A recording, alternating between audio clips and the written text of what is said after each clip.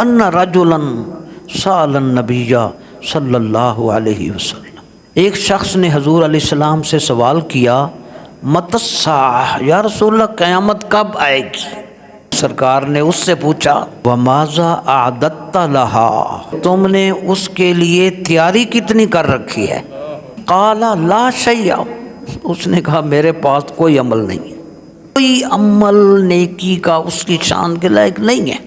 امام احمد کی روایت میں یہ بھی ہے کہ اس نے عرض کیا، ما اعددت لها من کثیر عمل لا صلاۃ ولا صیام، میں نے آخرت کے لیے نہ بہت سے اعمال تیار نہیں کیے، نہ بہت سی نمازیں ہیں، نہ بہت سے روزے، الا انی احب اللہ ورسولہ، ایک چیز ہے کہ میں سچے دل سے اللہ اور اس کے رسول سے محبت رکھتا ہوں۔